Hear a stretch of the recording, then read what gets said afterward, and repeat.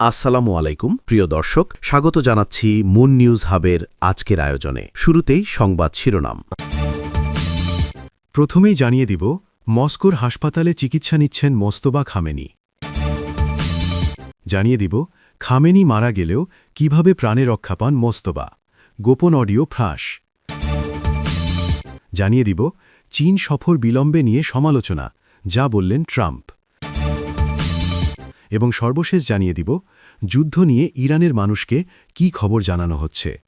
এতক্ষণ শুনছিলেন সংবাদ শিরোনাম, এখন থাকছে বিস্তারিত। যুক্তরাষ্ট্র ও ইসরায়েলের সাম্প্রতিক যৌথ হামলার পর ইরানের নতুন সর্বোচ্চ নেতা মোস্তফা খামেনি গুরুতর আহত হয়েছেন এবং বর্তমানে রাশিয়ার রাজধানী মস্কোর একটি হাসপাতালে চিকিৎসাধীন আছেন বলে আন্তর্জাতিক গণমাধ্যমে খবর প্রকাশ হয়েছে। কুয়েত ভিত্তিক সংবাদ মাধ্যম আল জারিদা এক প্রতিবেদনে জানিয়েছে, রাশিয়ার প্রেসিডেন্ট ভ্লাদিমির পুতিনের ব্যক্তিগত আমন্ত্রণে তাকে চিকিৎসার জন্য মস্কোতে নেওয়া হয়েছে। প্রতিবেদন অনুযায়ী গত ১২ মার্চ টেলিফোনে কথা বলেন পুতিন ও মোস্তফা খামেনি। সেই আলোচনার পরপরই নিরাপত্তা ব্যবস্থা জোরদার করে রাশিয়ার একটি সামরিক বিমানে করে তাকে মস্কোতে নিয়ে যাওয়া হয়। ধারণা করা হচ্ছে, তার চিকিৎসা রাশিয়ার একটি উচ্চ নিরাপত্তা সম্পন্ন সামরিক হাসপাতালে চলছে। বিষয়টি অত্যন্ত সংবেদনশীল হওয়ায় পুরো প্রক্রিয়াটি গোপনীয়তার মধ্যেই সম্পন্ন করা হয়েছে বলে প্রতিবেদনে উল্লেখ করা হয়। এ বিষয়ে নিশ্চিত হতে আল জারিদা যোগাযোগ করে রাশিয়ার প্রেসিডেন্টের দফতর ক্রেমলিনের সঙ্গে, তবে সেখানকার কোনো কর্মকর্তা বিষয়টি নিয়ে মন্তব্য করতে রাজি হননি। একইভাবে রুশ রাষ্ট্রীয় সংবাদ সংস্থা টাসও ক্রেমলিনের কাছে জানতে চাইলে পুতিনের প্রেস সেক্রেটারি জানান, এ ধরনের সংবেদনশীল বিষয়ে তারা সাধারণত কোনো মন্তব্য করেন না। ফলে মোস্তফা খামেনির চিকিৎসা নিয়ে আনুষ্ঠানিকভাবে কোনো নিশ্চিত তথ্য এখনও প্রকাশ করা হয়নি। প্রসঙ্গত, গত ২৮ ফেব্রুয়ারি যুক্তরাষ্ট্র ও ইসরায়েলের যৌথ হামলায় নিহত হন ইরানের সাবেক সর্বোচ্চ নেতা আলী খামেনি। ওই হামলায় তার পরিবারের কয়েকজন সদস্য প্রাণ হারান। নিহতদের মধ্যে আয়াতুল্লাহ আলী খামেনির স্ত্রী, কন্যা, নাতি এবং মোস্তফা খামেনির স্ত্রীও ছিলেন বলে বিভিন্ন আন্তর্জাতিক প্রতিবেদনে দাবি করা হয়েছে। এই হামলার পরপরই ইরানের রাজনৈতিক অঙ্গনে বড় ধরনের শূন্যতা তৈরি হয় এবং পরে মোস্তফা খামেনিকে নতুন সর্বোচ্চ নেতা হিসাবে দায়িত্ব গ্রহণ করতে দেখা যায়। হামলার সময় মোস্তফা খামেনিও সেখানে উপস্থিত ছিলেন বলে জানা যায়।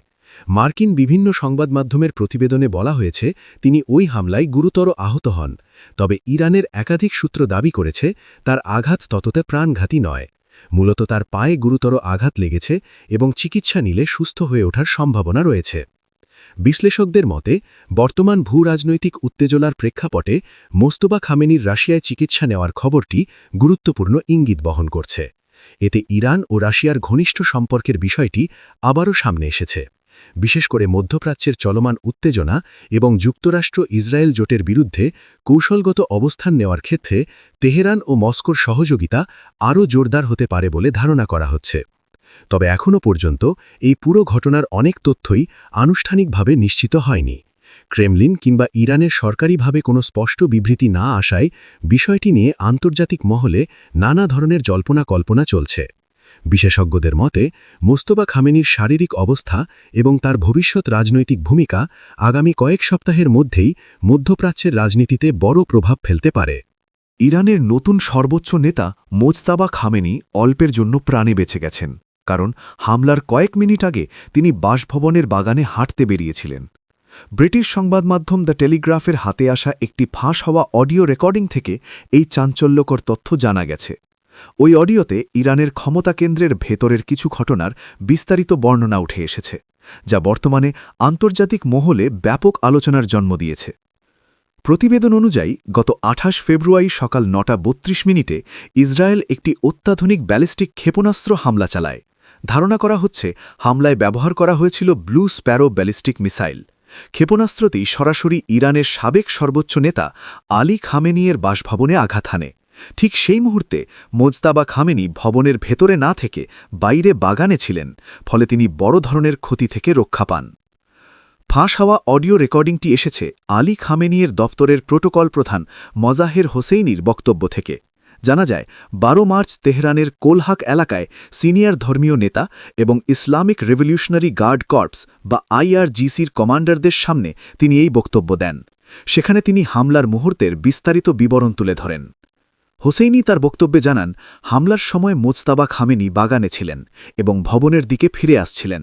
তখনই মিসাইল ভবনে আঘাত করে। বিস্ফোরণের ফলে ধ্বংসস্তূপের আঘাতে তার পায়ে সামান্য চোট লাগে। তবে এই হামলায় তার স্ত্রী হাদ্দাদ তাৎক্ষণিকভাবে নিহত হন এবং তাদের ছেলেও প্রাণ হারায়। অডিও রেকর্ডিংয়ে হোসেনি বলেন, আল্লাহর ইচ্ছায় মোজতাবা বাইরে ছিলেন। তিনি উঠানের দিকে গিয়েছিলেন এবং উপরে ফিরে আসার সময় ভবনে মিসাইল আঘাত করে। তার স্ত্রী মিস হাদ্দাদ ঘটনাস্থলেই শহীদ হন। হামলাটি শুধু একটি বাড়িতেই সীমাবদ্ধ ছিল না। আলী খামেনিয়ের শ্যালক মিসবাক আল হুদা বাগেরি কানির বাড়িতেও একটি মিসাইল আঘাত হানে। হোসেনি জানান, বিস্ফোরণের শক্তি এতটাই প্রবল ছিল যে মিসাইলটি ভবনের ভেতরে ঢুকে সরাসরি নিচের কক্ষে আঘাত করে। এতে মিসবাহার মাথা দ্বিখণ্ডিত হয়ে যায় বলে দাবি করা হয়েছে। এদিকে মোজতাবার ভাই মুস্তাফা খামেনি এবং তার স্ত্রী কাছাকাছি আরেকটি বাড়িতে অবস্থান করছিলেন। হুসেইনি জানান, বিস্ফোরণের ফলে ধুলো এবং ধ্বংসস্তূপ তাদের বাড়িতে পড়লেও তারা অক্ষত অবস্থায় বেরিয়ে আসতে সক্ষম হন। হামলায় নিহতদের মধ্যে ছিলেন আলী খামেনিয়ের মাস্করি দপ্তরের প্রধান মোহাম্মদ সিরাজি। হুসেইনি দাবি করেন, এই কর্মকর্তা ইরানের সামরিক নেতৃত্বের গুরুত্বপূর্ণ তথ্য জানতেন, তাই শত্রুপক্ষ তাকে লক্ষ্য করেই হামলা চালায়। বিস্ফোরণের তীব্রতায় তার দেহ ছিন্ন ভিন্ন হয়ে যায় এবং পরে অল্প কিছু দেহাবশেষ উদ্ধার করে তার পরিচয় নিশ্চিত করা হয়। ফাঁস হওয়া এই অডিও এমন সময় প্রকাশ্যে এসেছে যখন মোজতাবা খামেনিয়ের শারীরিক অবস্থা এবং তার নেতৃত্ব দেওয়ার ক্ষমতা নিয়ে প্রশ্ন উঠছে। এ প্রসঙ্গে মার্কিন প্রেসিডেন্ট ডোনাল্ড ট্রাম্প সম্প্রতি মন্তব্য করেন, আমরা নিশ্চিত নই সে এখনও বেঁচে আছে কিনা। অন্যদিকে কিছু ইরানি কর্মকর্তাও জানিয়েছেন, দেশের সামরিক কমান্ডারদের অনেকের কাছেই সর্বোচ্চ নেতার বর্তমান অবস্থান সম্পর্কে স্পষ্ট তথ্য নেই। অন্যদিকে মার্কিন গোয়েন্দা সূত্র দাবি করেছে, আলী খামেনি নিজেই তার ছেলে মোজতাবাকে উত্তরাধিকারী হিসেবে পুরোপুরি উপযুক্ত মনে করতেন না। এমনকি কিছু প্রতিবেদনে বলা হয়েছে, তিনি তাকে যথেষ্ট দক্ষ নেতা বলে বিবেচনা করতেন না। সব মিলিয়ে এই হামলা এবং তার পরবর্তী ঘটনাপ্রবাহ ইরানের রাজনৈতিক ও সামরিক অঙ্গনে বড় ধরনের অনিশ্চয়তা তৈরি করেছে। বিশ্লেষকদের মতে, মোজতাবা খামেনিয়ের শারীরিক অবস্থা, নেতৃত্বের প্রশ্ন এবং ক্ষমতার ভারসাম্য সবকিছু মিলিয়ে মধ্যপ্রাচ্যের ভূ-রাজনীতিতে নতুন উত্তেজনার ইঙ্গিত দিচ্ছে। মার্কিন প্রেসিডেন্ট ডোনাল্ড ট্রাম্প জানিয়েছেন, ইরানকে ঘিরে চলমান যুদ্ধ পরিস্থিতির কারণে মার্চের শেষ দিকে নির্ধারিত তার চীন সফর প্রায় 1 মাস পিছিয়ে দেওয়ার পরিকল্পনা করছেন।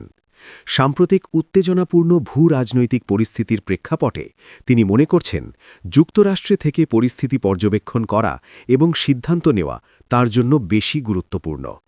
সোমবার হোয়াইট হাউসের সাংবাদিকদের সঙ্গে আলাপকালে ট্রাম্প বলেন, বিষয়টি খুবই সোজা। এখন একটি যুদ্ধ চলছে। আমার এখানে থাকা গুরুত্বপূর্ণ। তিনি স্পষ্ট করে জানান, সফর পিছিয়ে দেওয়ার পেছনে কোনো কৌশলগত নাটকীয়তা নেই, বরং বর্তমান সংকটময় পরিস্থিতিতে দেশের নিরাপত্তা ও কূটনৈতিক তৎপরতা পরিচালনার জন্য যুক্তরাষ্ট্রে থাকা প্রয়োজন বলেই তিনি এই সিদ্ধান্ত বিবেচনা করছেন। ট্রাম্প আরও বলেন, তিনি চীনের প্রেসিডেন্ট শি জিনপিংয়ের সঙ্গে বৈঠকের অপেক্ষায় আছেন এবং এই বৈঠককে অত্যন্ত গুরুত্বপূর্ণ বলে মনে করেন। তার মতে, যুক্তরাষ্ট্র ও চীনের সম্পর্ক বর্তমান বিশ্ব অর্থনীতি এবং আন্তর্জাতিক নিরাপত্তা ব্যবস্থার জন্য গুরুত্বপূর্ণ ভূমিকা পালন করে।